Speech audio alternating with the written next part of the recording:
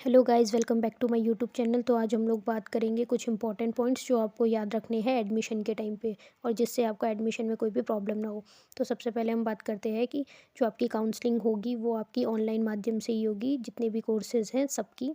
और second point ये है कि अगर आपने जो है जिस कोर्स का आपने एग्ज़ाम दिया है, आप उसी के उसमें पार्टिसिपेट कर सकते हो काउंसलिंग में। ऐसा नहीं है कि अगर आपने बीएससी नर्सिंग का एग्ज़ाम दिया है और आप एएनएम की काउंसलिंग में पार्टिसिपेट कर रहे हो, ऐसा नहीं हो। तो नेक्स्ट पॉइंट ये है कि जितने भी आपको यूनिवर्सिटी के रिगार्डिंग जो भी आपको मैसेज वगैरह होगा, वो आपको जो यूनिवर्सिटी की वेबसाइट पे मिलेगा। वेबसाइट जो है वो है www.hnbumu.ac.in। और नेक्स्ट पॉइंट ये है, थर्ड पॉइंट, कि जितनी भी आपको जो है स्टूडेंट्स को जो भी इंफॉर्मेशन वगैरह होगी वो ऑनलाइन जो वेबसाइट है यूनिवर्सिटी की, उसी पे जाके आपको मिलेगी। पर्सनली कोई भी आपको इन्फॉर्मेशन नहीं दी जाएगी। और फोर्थ पॉइंट पे ये है कि अगर आपने जो है काउंसलिंग में पार्टिसिपेट कर लिया है, तो अगर आप क्वालिफाइड हो तो इसका ये मतलब नहीं है कि आपको सीट जो है मिल चुकी है। मेरिट के हिसाब से जो है आपको सीट अलॉट होगी। जिस बच्चे की ज़्यादा मार्क्स होंगे आपसे, उसको पहले सीट मिलेगी। सेम चीज़ फिफ्थ पॉइंट में भी यही बताया है कि जब तक जो है जिस बच्चे की ज़्यादा मेरिट होगी उसको पहले सीट मिलेगी। और सिक्स पॉइंट में ये बताया है कि अगर आपको जो है काउंसलिंग में पार्टिसिपेट करना है तो आपको जो है ऑनलाइन माध्यम से अपना शुल्क देना अनिवार्य है। जब तक आप फ़ीस सबमिट नहीं करोगे तब तक आप काउंसलिंग में पार्टिसिपेट नहीं कर सकते हो। और जो आपको फ़ीस सबमिट करवानी होगी वो एएनएम के लिए है 1000, जीएनएम के लिए भी 1000 है, और एनपीसीसी के लिए है 1500, पोस्ट बेसिक बीएससी नर्सिंग के लिए 1500 है, पैरामेडिकल बीएससी नर्सिंग के लिए 1500 है। तो आपको जो है ये फ़ीस सबमिट करानी है, तभी आप काउंसलिंग में पार्टिसिपेट करवा सकते हो। और उसके बाद हमारे पास है 8 पॉइंट पे जो है वो बता रहे हैं कि ये फ़ीस जो होगी वो आपकी नॉन रिफंडेबल होगी। अगर आप एक बार आपने ये फ़ीस सबमिट करवा दी है, उसके बाद आपको ये वापस नहीं मिलेगी। 9 पॉइंट में है कि आपको जो है अपनी जो भी आप काउंसलिंग करवा रहे हो जिस भी कॉलेज में, तो आपको अपनी सीट लॉक करनी होगी, और उसका जो अपने पास प्रिंट आउट भी रख ले। और उसके बाद नेक्स्ट पॉइंट पे भी यही है सेम। और 11 पॉइंट में ये बताया है कि अगर आपको जो है कोई भी अलग अलग कॉलेज होते हैं, तो उसमें क्या है, अकॉर्डिंग टू कॉलेज जो है फ़ीस रहती है। तो आपको जो भी फिलिंग वगैरह करनी है उसकी चॉइस की, तो आप एक बार उसका फ़ीस स्ट्रक्चर देख के उसके बाद लॉक करें।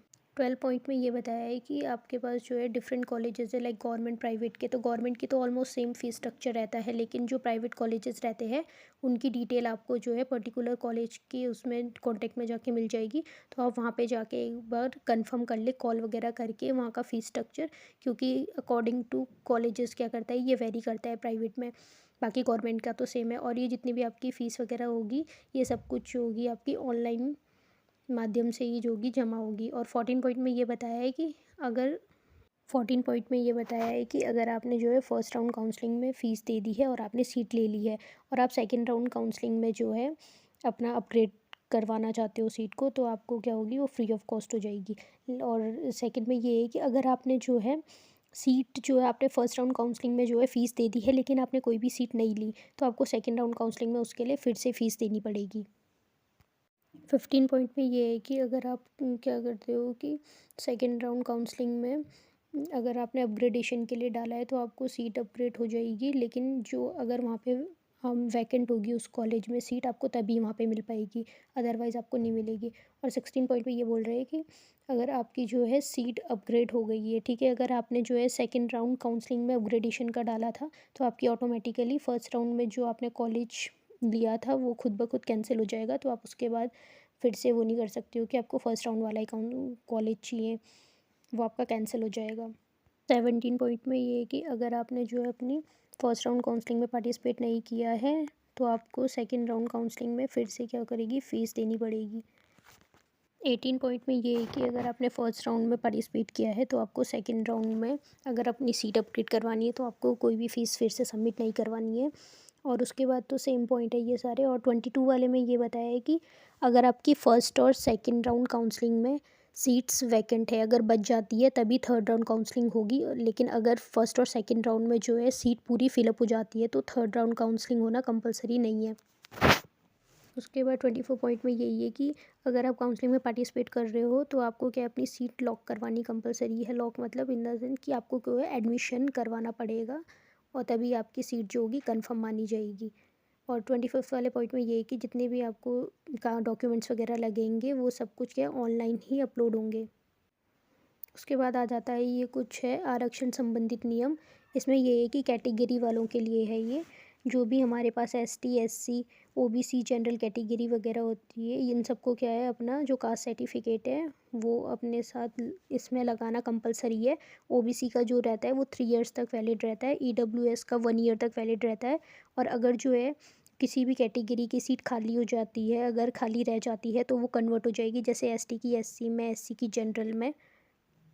और कुछ जो सीटें खाली रहती है उसमें ये रहता है कि जो हमारे भूतपूर्व जो सैनिक वगैरह जो शहीद हो जाते हैं उनके जो बच्चे होते हैं उनको जो है प्रायोरिटी मिलती है, उन ये सीट वगैरह जो वैकेंट रहती है उनको पहली प्रायोरिटी दी जाती है।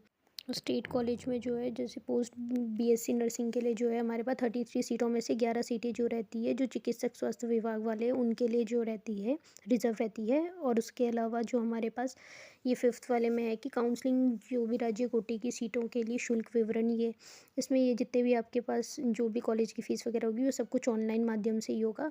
और इसके अलावा जो भी आपको अपडेट वगैरह मिलेगा नया वो सब कुछ हमारे पास यूनिवर्सिटी की वेबसाइट पे ही मिलेगा, जो मैंने वेबसाइट आपको स्टार्टिंग में बताई थी www.hnbumu.ac इन में। लास्ट पॉइंट है 6 पॉइंट है कि प्रवेश उपरांत जमा शुल्क वापसी के नियम। इसमें ये है कि अगर आप जो है काउंसलिंग ख़त्म होने से पहले पहले आप कॉलेज छोड़ देते हो तो आपको जो है सारी फ़ीस आपकी वापस रिफ़ंड हो जाएगी, सिर्फ आपके 2000 रुपीज़ कटेंगे पेनल्टी के रूप में।